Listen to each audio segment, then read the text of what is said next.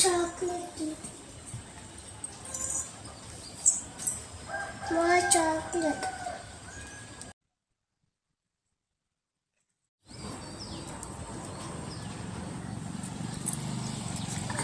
మను అది ఏం దేవుడు చెప్పా? కత్తి పెట్టుకుండా చేతులు ఏం దేవుడా చెప్పు ముందు. సుబ్రహ్మణ్య స్వామి కాదు, వీరభద్రస్వామి.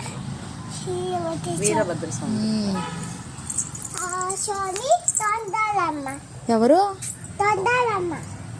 తొండాలమ్మ. కాలభైరవ స్వామి. అమ్మ కాపలా కాస్తా అంటాడు కదా.